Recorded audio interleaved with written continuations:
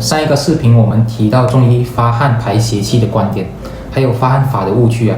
接着我们又把条文里的发汗过多解释清楚了，大家可以看回去哦。那我们继续把麻黄说完。吃了麻黄后的第二个显著的表现就是心跳加快因为麻黄有直接强心的作用。我领略过了，是吧？大家还记得我们说肉桂是强心药，这里麻黄也是强心药，但是作用有本质的区别。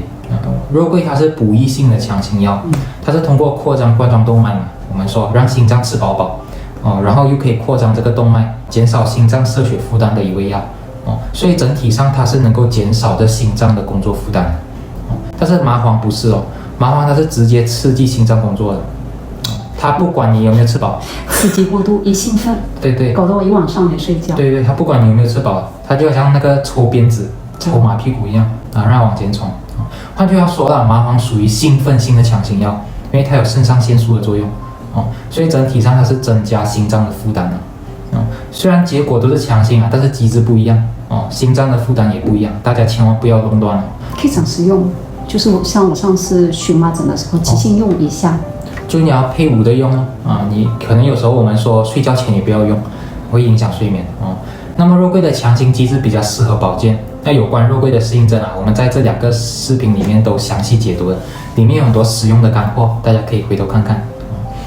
那麻黄在兴奋心脏工作的情况下，又不能给心脏更多血嘛，对吧？就等于是我们又要马儿跑，又要马儿不吃草，就很容易诱发这心律失常了。那为什么会心律失常？我们在讲猝死的视频有谈到嘛，是吧？心脏最重要的是什么？稳定嘛。对，它那个收缩舒张的节律，这个是最重要的而这个节律是靠电信号传导的嘛，所以那心脏电信号是传到哪里，它的心肌就哪里收缩那么电信号通路它不能只是一条嘛，你一条堵了这样你就完了所以它是很多条的，它是多个通路一起同时发出的，到达不同的心肌细胞那么假设在某一个时刻，某一块心肌它缺血了这个信号就传不下去它传不下去就导致它后面那个通路也全部传不到，是吧？它就会出现延迟传导的现象那把脉的时候就会一顿对，它间隔比较久一点结果就是其他心肌收缩的时候，那个没有收到电信号的心肌它就不收缩那么等到大家已经休息了它才开始收到电信号收缩，看起来是小事，但是会严重影响这个心脏工作的效率。心脏它就好像一个演奏的乐队，对吧？需要很稳定的一个。对，它需要大家都在一个节拍上面对，有人想拍就整个都乱了。对，就好像我们听个交响乐这样如果大家在节拍上那就很好听但是如果有一个老鼠屎突然敲一声整个周都对在心脏角度就是节律的改变了那好，心脏节律一旦出现问题，那整个血液循环都会出事比如说血液容易凝固比较粘稠，血栓形成堵塞对，还有心脏负担就会加重了严重的话就会影响到重要器官的供血，比如说大脑对脑缺血中风，脑中风猝死对，猝死也是这样，大部分的猝死都是心源性猝死，心源性，然后其他小部分是脑的对，为什么？这心源性不是说心脏血管堵塞，它讲的是心律失常，这个才是最直接的死因所以大家不要小看。所以我们看那些吸毒的人猝死，为什么？就是心脏兴奋过度还有古人说马上疯，对吧？就心慌的时候跟那个吸入兴奋剂或者酒精摄入过度太兴奋了都有关，就造成不稳定了对，都是这个原因。那我们看这个条文叫发汗过多，其人插手自冒心，心下既欲得安者。此地的病人就是因为吃了过量的麻黄，引起心脏过度兴奋就出现心律失常了那当然人在面对这个心律失常的自卫表现就是插手自冒心，很形象直观的对，试图来安心对吧？这里的心下是伤寒论的一个术语指的是这个胸骨到这肚脐之间的位置这就叫心下。那显然心脏不在这个位置嘛，是吧？对，这就说明这心律失常已经很严重了，消化这些它已经传导到这个心下当然病人也希望用手捂住嘛，所以叫欲得安那么张仲景这里要解决的就是麻黄引起的心律失常用的药就是桂枝甘草汤了，给它安抚了。对，那在讲桂枝甘草汤之前呢，我们再把这个吃了麻黄以后出现的第3个显著表现补充一下先就是引起失眠了。我上次就是一晚上没睡很明显就是你两眼睛瞪直望着天花板，你怎么样都睡不着。对啊，对，就是这种就是跟白天然后很嗨的那种。对对，古人就把麻黄叫做什么还魂药，它可以把魂魄拉回来。我整个晚上一直在喝魂，对，真的。其实就是说明麻黄它可以兴奋大脑的，所以以前有的读书人也很可爱的他就用麻黄来提神，对吧？好像咖啡像当做咖啡一样，可以暂时提高我们的这个表现力思考能力这些。打了鸡血药吗？所以现在有些人喝咖啡或者是喝茶，晚上也是睡不着，也是一个道理。我就不行。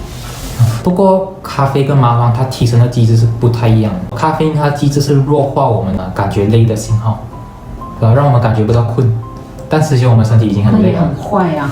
对呀，它是麻痹我们。就是麻痹是。对对对，但其实我们身体是过劳的。那麻黄就不一样，麻黄它不只是麻痹，它还直接提高我们精力，还有给你虚心亢奋。对，快马加鞭。不管怎么样，透支啦，提前透支咯。对，所以你会特别精神，它透支的就更加严重。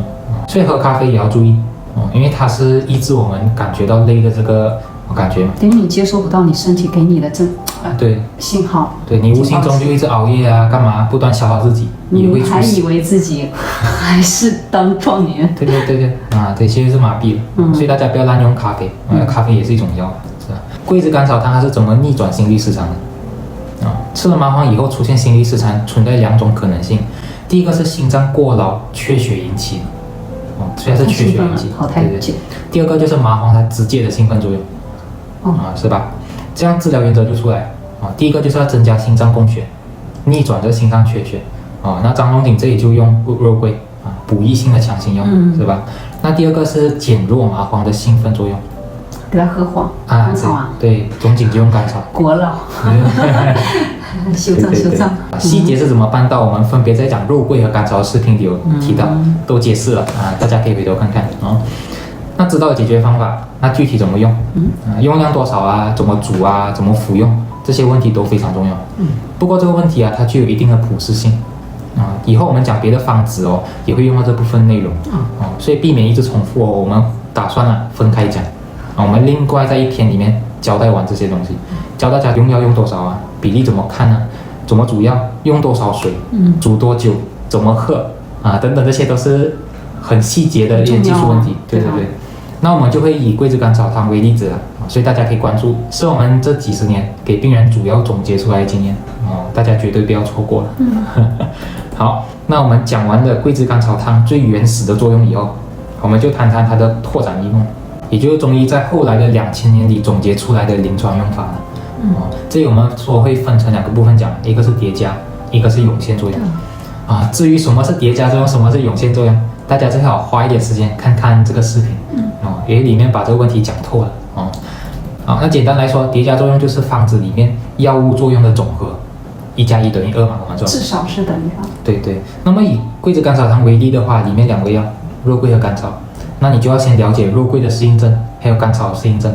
是吧？所以我们就要回顾一下我们之前讲的内容一味一味的细细的学。对，细节我们先就不谈，我们直接说结论大家有兴趣了解的话，也是看回以前的视频那边比较详细的讲解，是吧？好，那肉桂有什么用？第一个就是治疗呼吸道感染，这里包括什么病？从鼻炎、鼻窦炎、咽喉炎到支气管炎、肺炎，还有胸膜炎都可以用。那么这里大家要记得，我们强调过肉桂只适合寒性的感染。也就是病毒和真菌感染，是吧？细菌感染就不要大家这里只要辨别对了，那么就没有问题了。那至于怎么辨别人是什么体质的，大家可以看回以前的视频了解清楚了再用不要乱用好，那么肉桂的第二个作用就是缓解心悸，它改善这个心率的快慢，还有心律的不齐。一个是心率，一个是心律。更年期女性常备。对，这是肉桂的一个强项。也就是说，不管这个是因为心脏缺血引起的问题，还是说因为其他疾病引起的，比如说我们说甲亢、心跳过快，甲减、心跳过慢，或者是说心脏瓣膜的问题引起心律不齐，还是说心肌有感染引起心慌，或者说你刚刚听到的更年期心慌，这些疾病出现了心悸这个问题都可以用到肉桂。对有甲亢跟甲减两极方向的也是可以用的。对。因为肉桂它可以直接解除这心悸，让我们心脏更加稳定的工作。那如果病人真的有缺血的问题那么肉桂就可以解决但如果没有，它也可以防止心跳不稳定带来的其他问题，比如说我们刚刚说的中风血栓这些。然后肉桂的第3个作用就是强心了。大家记得我们说肉桂是补益性强心药，直接增加了心脏供血的。而且肉桂可以舒缓动脉的紧张，改善高血压的问题。从心脏后俯而下手，减轻心脏负担。所以只要有心血管疾病的人都可以用到。最重要的是肉桂它是双向调节的吧？对啊，是吧？比如说你心脏跳太快，它可以让它跳慢一点；你心脏跳太慢，就让它适当快一点。鼓励一下。对对，如果血压太低，它就会把它升回正常一点。如果血压太高，它就会降。这都是因为肉桂它是从整个心血管系统下手的，从心脏、血管、血液成分到血流它都有改善作用。最重要，它真的是很强、很复合、很全面、很整体系统的。对，一味药你就可以这样。对，仲景经方真的是少几味药，对，治大病、治重病了。对，这就为什么我们一定要介绍了，因为太好用了。很多药大家未必可以常常用到，但是肉桂是绝对可以长期保健的食物。它是厨房都必备的，在欧洲是很常备。安全又好吃所以大家不要错过那么肉桂还有其他作用吗？其实还有但是我们还来不及讲。但是我相信这3个作用就已经涵盖了90%以上的人。先用起来看看。对，尤其最近看到很多人猝死是吧？好像这一段时期都很多。看起来都是很健康的人，跑马拉松运动很强对，其实是可以避免的。对只可惜大家不会用肉桂所以大家可以把这视频分享出去，帮助更多人。药食良用。对。那么甘草的作用我们也要复习一下第一个就是消炎消肿。我们说治疗一些感染，类似抗生素、消炎药嘛。对，我们说有天然类固醇的作用嘛，是吧？但是它没有类固醇的副作用。对这是最重要、最安全的对，那第2个就是修复受伤的黏膜，比如说我们说整个消化道发炎，是吧？从这个口腔溃疡到这个咽喉炎、食道炎然后到这个胃溃疡、十二指肠溃疡，使用黏膜嘛？对，都可以用。这里还包括什么？溃疡性结肠炎、自身免疫性肠炎、过敏乳糜泻，对，这些比较棘手的疾病都包括。上口到下口。对，虽然这病在现代医学来讲很难，但是在中医来讲是一样的。对，都可以治。那第3个就是甘草，它可以作为其他药物的长命符，它可以延长方子的寿命，是吧？对。这也是为什么几乎什么方子都有它。第4个就是解毒可以避免药物可能存在的副作用。那第5个就是抗疲劳。我们说甘草可以延长这个皮质醇的作用所以它也叫做平民人参，对吧？那最后一个就是改善心悸这个和肉桂是一样的。不过甘草它是纯粹的症状解，它不像肉桂一样可以直接改善整个心血管系统，也不能强心。所以这个大家要知道。那么有关甘草具体细节的讨论，大家可以回顾这2支影片，我们这里就不耽误大家时间这里我们就把肉桂和甘草可能有的作用都列出来了。那叠加作用是怎么看呢？很简单。就是只要这2个药一起煮来喝，那么这9个作用都能够一次得到。换句话说啦，我们越知道单味药是怎么用的，那么我们开的方子就会越精简，对吧？因为这个药虽然少，但是它的效果好，效果又广。真的是多即是少，对，少即是多。你用那么多一锅炖，你都不知道是到底哪个起作用，有可能还起不了作用，起反作用。对，他们会有抵消作用抵消还有可能更强的副作用。对，我们为什么介绍经方？因为它特点就是简便连效，简单方便廉价，效果好。这是最适合大家用。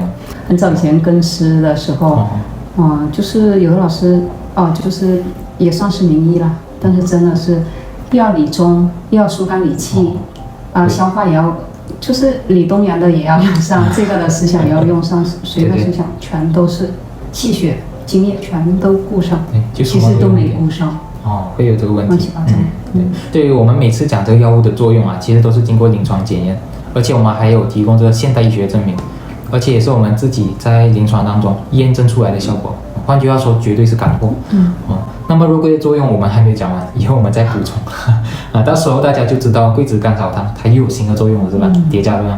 好，那我们今天就讲到这里了。我们下一个视频再继续讲这个桂枝甘草汤的涌鲜作用，还有我们自己亲身的这个临床案例。如果喜欢我们内容，可以订阅、按赞，把影片分享出去。如果有疑问的话，也欢迎提问我们会及时回复了。谢谢大家。